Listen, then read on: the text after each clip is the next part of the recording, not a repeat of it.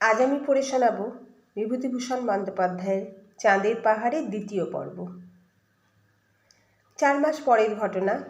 March মাসের শেষ। Mombasa থেকে রেলপথ গিয়েছে কিসুমু ভিক্টোরিয়া নারায়ণজা হ্রদের ধারে।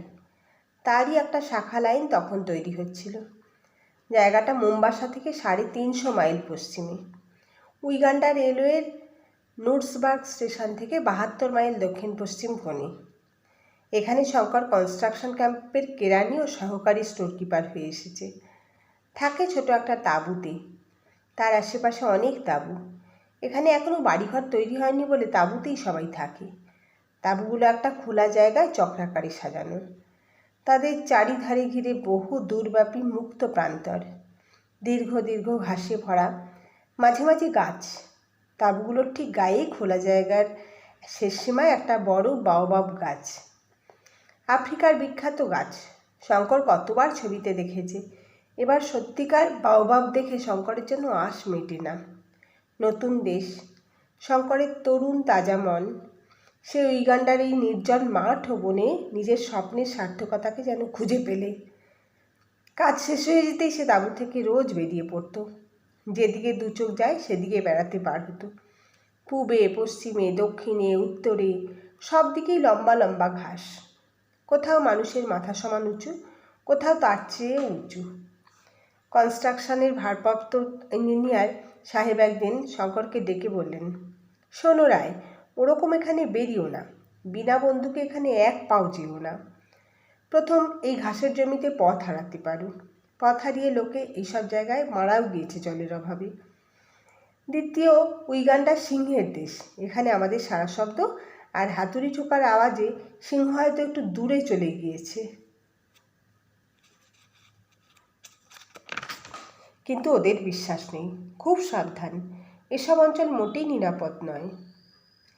একদিন দুপুরের পরে কাজকর্ম বেশ পুরোদমে চলছে। হঠাৎ তাঁবু থেকে কিছু দূরে লম্বা ঘাসের জমির মধ্যে মনুষ্য কণ্ঠের আর্তনাদ শোনা গেল।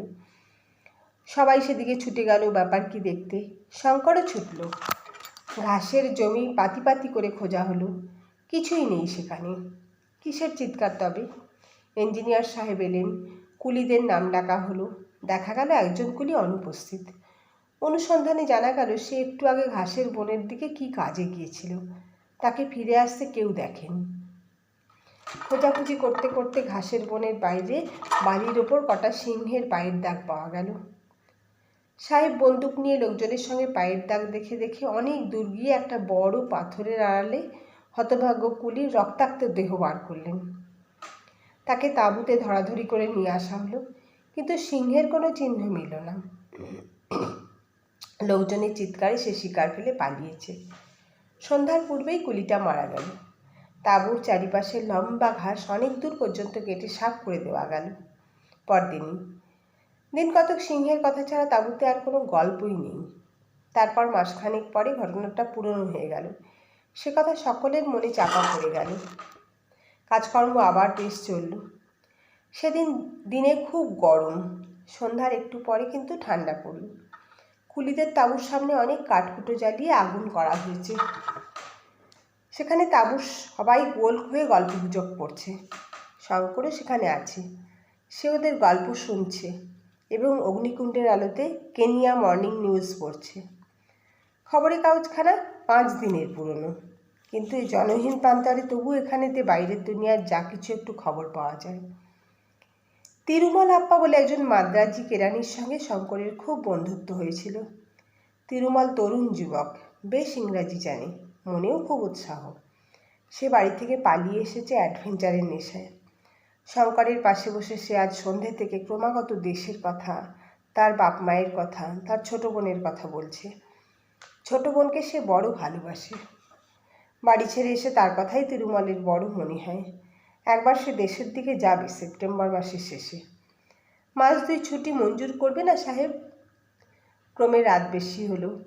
মাঝে মাঝে আগুন নিভে যাচ্ছে, আবার কুলিরা তাতে কাঠকুটো ফেলে দিচ্ছে। আরও অনেকে উঠে শুতে গেল। কৃষ্ণপক্ষের ভাঙা চাঁদ ধীরে ধীরে দূর দিগন্তে দেখা দিল। সমগ্র প্রান্তর জুড়ে আলো আধারে লুকোচুরি আর বুনো গাছের দীর্ঘ দীর্ঘ ছায়া। শঙ্করের ভারী অদ্ভুত মনে হচ্ছিল। বহু দূর বিদেশের এই স্তব্ধ রাত্রির সৌন্দর্য। কুলিদের ঘরের একটা খুঁটিতে হেলান দিয়ে এক দৃষ্টে সে সম্মুখ বিশাল জনহীন তৃণভূমির আলো আধার মাখা রূপের দিয়ে চেয়ে চেয়ে কত কী ভাবছিল। এই বাওবাব গাছটার ওদিকে অজানা দেশের সীমা কেপটাউন পর্যন্ত বিস্তৃত। মধ্যে পড়বে কত পর্বত, প্রাগৈতিহাসিক যুগের নগর জিমবাড়ি, বিশাল ও বিভীষিকাময় কালাহারি মরুভূমি, হীরকের দেশ, সোনার খনির দেশ। একজন বড় স্বর্ণান্বেষী পর্যটক যেতে যেতে হোঁচট খেয়ে পড়ে গেলেন। যে পাথরটাতে লেগে হোঁচট খেলেন সেটা হাতে তুলে ভালো করে পরীক্ষা করে দেখলেন তার সঙ্গে সোনা মেশানো রয়েছে। সে জায়গা বড় একটা সোনার খনি বেরিয়ে পড়ল। এ ধরনের কত গল্প সে পড়েছে দেশে থাকতে। এই সেই আফ্রিকা, সেই রহস্যময় মহাদেশ, সোনার দেশ, হীরের দেশ, কত অজানা জাতি, অজানা দৃশ্যাবলী, অজানা জীবজন্তু এর সীমাহীন ট্রপিক্যাল অরণ্যে আত্মগোপন করে আছে। কে তার হিসেব রেখেছে? কত কি ভাবতে ভাবতে শঙ্কর কখন ঘুমিয়ে পড়েছে। হঠাৎ কিসের শব্দে তার ঘুম ভাঙল। সে ধর্মার করে জেগে উঠে বসল।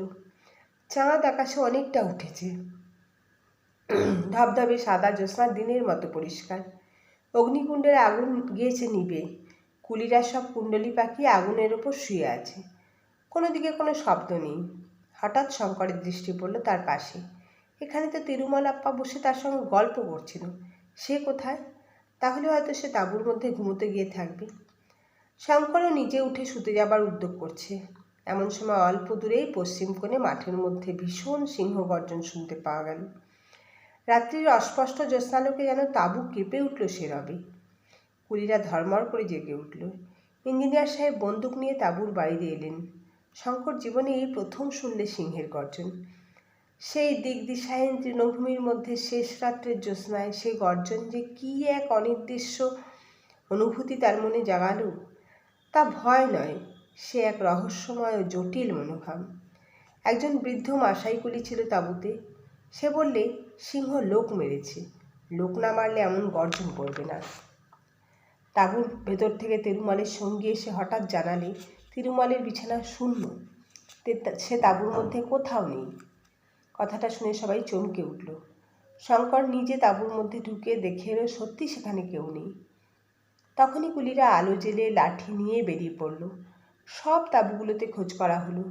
নাম ধরে চিৎকার করে ডাকাডাকি করলে সবাই মিলে। তিরুমলের কোনো সাড়া মিলল না। তিরুমল যেখানটায় শুয়েছিল সেখানটাতে ভালো করে দেখা গেল তখন। একটা কোনো ভারী জিনিসকে টেনে নিয়ে যাওয়ার দাগ মাটির ওপর সুস্পষ্ট। ব্যাপারটা বুঝতে কারো দেরি হলো না। বাওবাব গাছের কাছে তিরুমলের জামার হাতার খানিকটা টুকরো পাওয়া গেল। ইঞ্জিনিয়ার সাহেব বন্দুক নিয়ে আগে আগে চললেন। শঙ্কর তার সঙ্গে চলল। কুলিরা তাদের অনুসরণ করতে লাগলো। সেই গভীর রাত্রে তাঁবু থেকে দূরে মাঠের চারদিকে অনেক জায়গা খোঁজা হলো। তিরুমলের দেহের কোনো সন্ধান মিলল না। এবার আবার সিংহ গর্জন শোনা গেল, কিন্তু দূরে, যেন এই নির্জন প্রান্তরের অধিষ্ঠাত্রী কোনো রহস্যময়ী রাক্ষসীর বিকট চিৎকার। মাসাইকুলিটা বললে, সিংহ দেহ নিয়ে চলে যাচ্ছে, কিন্তু ওকে নিয়ে আমাদের ভুগতে হবে। আরও অনেকগুলো মানুষ ও ঘায়েল না করে ছাড়বে না। সবাই সাবধান। যে সিংহ একবার মানুষ খেতে শুরু করে সে অত্যন্ত ধূর্ত হয়ে ওঠে। রাত যখন 3টে, তখন সবাই ফিরল তাঁবুতে। বেশ ফুটফুটে জ্যোৎস্নায় সারা মাঠ আলো হয়ে উঠেছে। আফ্রিকার এই অংশে পাখি বড় একটা দেখা যায় না দিনমানি, কিন্তু এক ধরনের রাত্রিচর পাখির ডাক শুনতে পাওয়া যায় রাত্রে। সে সুর অপার্থিব ধরনের মিষ্ট। এইমাত্র সেই পাখি কোন গাছের মাথায় বহু দূরে ডেকে উঠল। মনটা এক মুহূর্তে উদাস করে দেয়। শঙ্কর ঘুমোতে গেল না, আর সবাই তাঁবুর মধ্যে শুতে গেল। কারণ পরিশ্রম কারো কম হয়নি। তাঁবুর সামনে কাঠকুটো জ্বালিয়ে প্রকাণ্ড অগ্নিকুণ্ড করা গেল। শঙ্কর সাহস করে বাইরে বসতে অবশ্যই পারলে না। একরকম দুঃসাহসের কোনো অর্থ হয় না। তবে সে নিজের খড়ের ঘরে শুয়ে জানলা দিয়ে বিস্তৃত জ্যোৎস্নালোকিত অজানা প্রান্তরের দিকে চেয়ে রইল। মনে কি এক অদ্ভুত ভাব। তিরুমলের অদৃষ্ট লিপি এই জন্যেই বোধহয় তাকে আফ্রিকায় টেনে এনেছিল। তাকেই বা কী জন্যে এখানে এনেছে তার অদৃষ্ট, কে জানে তার খবর। আফ্রিকা অদ্ভুত সুন্দর দেখতে, কিন্তু আফ্রিকা ভয়ঙ্কর। দেখতে বাবলা বনে ভর্তি বাংলাদেশের মাঠের মতো দেখালে কি হবে? আফ্রিকা অজানা মৃত্যু সংকুল, যেখানে সেখানে অতর্কিত নিষ্ঠুর মৃত্যুর ফাঁদ পাতা। পর মুহূর্তে কী ঘটবে এ মুহূর্তে তা কেউ বলতে পারবে না। আফ্রিকার প্রথম বলি গ্রহণ করেছে তরুণ হিন্দু যুবক তিরুমলকে। সে বলি চায়। তিরুমল তো গেল। সঙ্গে সঙ্গে ক্যাম্পে পরদিন থেকে এমন অবস্থায় উঠল যে সেখানে সিংহের উপদ্রবে থাকা যায় না। মানুষখেকো সিংহ অতি ভয়ানক জানোয়ার, যেমন সে ধূর্ত তেমনি সাহসী। সন্ধ্যা তো দূরের কথা, দিন মানেই একা বেশি দূর যাওয়া যায় না। সন্ধ্যার আগে তাঁবুর মাঠে নানা জায়গায় বড় বড় আগুনের কুণ্ড করা হয়। কুলিরা আগুনের কাজ ঘেঁষে বসে গল্প করে, রান্না করে, সেখানে বসেই খাওয়া দাওয়া করে। ইঞ্জিনিয়ার সাহেব বন্দুক হাতে রাত্রে ৩-৪ বার তাঁবুর চারদিকে ঘুরে পাহারা দেন, ফাঁকা দেওর করেন। এত সতর্কতার মধ্যেও একটা কুলিকে সিংহ নিয়ে পালালো তিরুমলকে মারবার ঠিক 2 দিন পরে সন্ধে রাত্রে। তারপর দিন একটা সোনালি কুলি দুপুরে তাঁবু থেকে ৩০০ গজের মধ্যে পাথরের ঢিবিতে পাথর ভাঙতে গেল। সন্ধ্যায় সে আর ফিরে এলো না। সেই রাত্রেই রাত 10টার পরে শঙ্কর ইঞ্জিনিয়ার সাহেবের তাঁবু থেকে ফিরছে। লোকজন কেউ বড় একটা বাইরে নেই। সকাল সকাল যে যার শুয়ে পড়েছে। কেবল এখানে সেখানে 2-একটা নির্বাপিত প্রায় অগ্নিকুণ্ড। দূরে শিয়াল ডাকছে। শিয়ালের ডাক শুনলেই শঙ্করের মনে হয় সে বাংলাদেশের পাড়াগাঁয়ে আছে। চোখ বুজে সে নিজের গ্রামটা ভাববার চেষ্টা করে। তাদের ঘরের কোণে সেই বিলিতি আমড়া গাছটা ভাববার চেষ্টা করে। আজও সে একবার থমকে দাঁড়িয়ে তাড়াতাড়ি চোখ বুঝলে। কি চমৎকার লাগে! কোথায় সে? সেই তাদের গায়ের বাড়ির জানলার কাছে তক্ত বসে শুয়ে।